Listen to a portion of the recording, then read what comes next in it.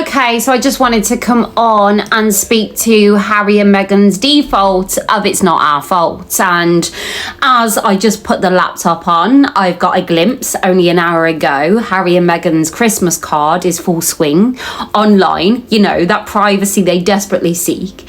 Anyway, it's the same as last year, the background in emerald green. As remember, they brought those two clapping to our screen.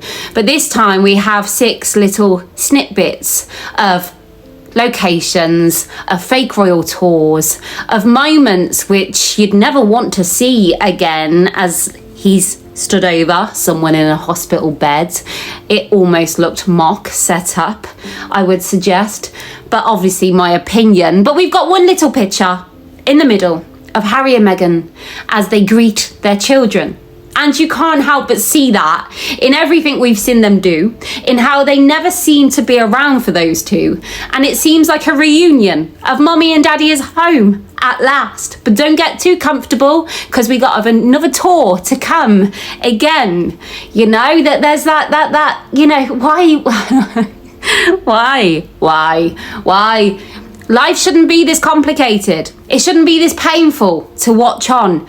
But as we see the Polo Netflix documentary having awful reviews, and honestly, I honestly believe even if Harry was to come out with Netflix and create the most incredible documentary, people will still feel the same, because when you create an emotional reaction in people in one of negativity, that's hard to let go, that's hard to move past.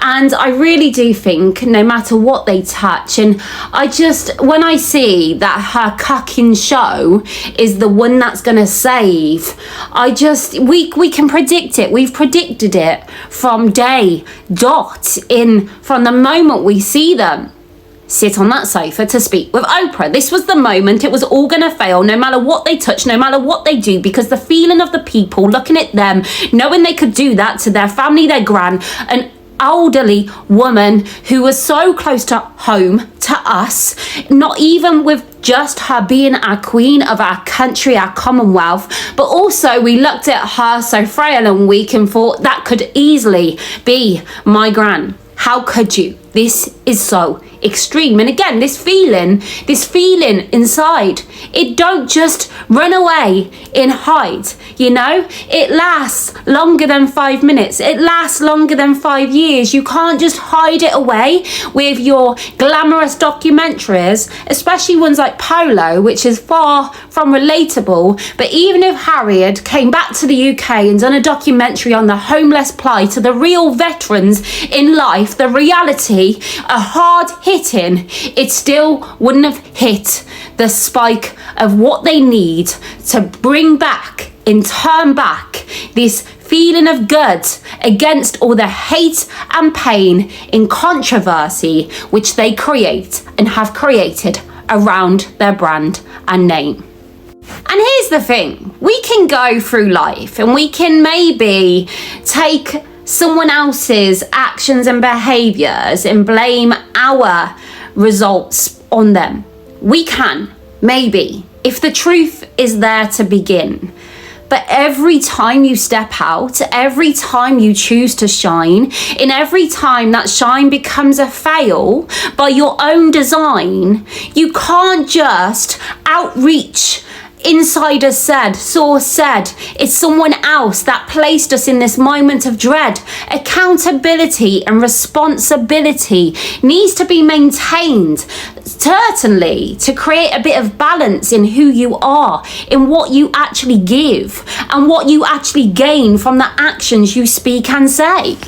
Reality is, the choice is a bad choice. In Harry's world of Polo, yes, I'm sure he feels it's relatable to most, but the reality is the majority who would need to sit in their living room and flick through Netflix for an hour or so, what to watch, would it draw them in to watch Polo? Absolutely not. But even more so, after everything they have created, with the actions they have done, as they place disdain in the people's taste, as this prince of entitled brings it in front of our face, again, it's a second slice of refusing in swiping on to the next series that will entice. Surely you've got to just acknowledge this was a bad choice on your behalf. It maybe touched some grass. But he didn't need to do that, did he? Because Harry knows the power in these embellished titles over his head. That's enough. He can just blame everyone else when it fails. He can just stick this title to this documentary and all will be worthwhile, because these embellished letters, this crown of superiority was enough to keep him above the ones beneath him all. So he could just place these titles in front and that would be enough. But what Harry fails to realise in every action that he has chosen to do, he started to strip those titles over his head and name away. The magic is lost. It's gone. It's gone because you don't really understand the power in these titles bestowed. It's not there for you to make a me show. It's to use those titles to place on another as you grace them with your presence. But we see you using them not only to collect awards for institutional racism, but we see you using these titles to help propel you out into the world as you want to berate the name or what they are, but still keep them remaining over your name to grace our screens with Netflix and Polo, to pay for your bills and for financial, as you chose, solo. So I'm just going to read the article I see. Prince Harry and Meghan Markle had their Netflix show Polo taken out of their control, an insider has claimed. And I'll just cut in there and say, actually, when we've heard all that Harry and Meghan have to say about the royal family, the leaks to the media, the press, and how wrong and how it caused them great threat and how they had to flee their country, yet the people around them seem to be speaking every other day, a source claims. An insider said, I think they need to nip it in the bud, this secure patch they found in Montecito, because they all speak away to the press. But this is the thing, Harry and Meghan don't mind this kind of leak, as it helps to mirror image their life of happy and how they don't need to take accountability. The Duke and Duchess of Sussex received scathing reviews for their latest TV endeavour, the newest instalment of their £80 million deal with the streaming service. Receiving 2 stars or less out of 5 across the board, reports claim that Netflix is exhausted with Harry and Meghan. According to the Mail's Alison Boshoff, the Prince 40 only appears a handful of times throughout the 5 episodes, with his wife, Meghan 43, appearing even less, despite both being executive producers of the series. But the couple allegedly had little control over the programme, a source told Closer magazine. Truth is, it was pretty much out of their control. The bosses wanted the series to appeal to the masses and push this reality TV slant.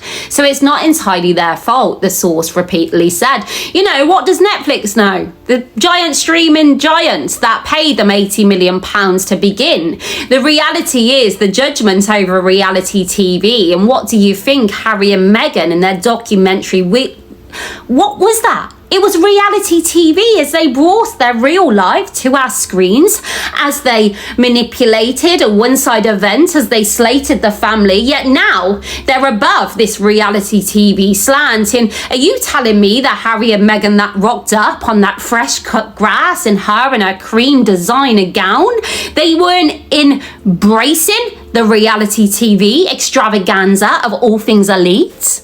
So ultimately with that, it all boils down to a complete lack of understanding, a lack of accountability, a lack of responsibility in all things hypocrisy.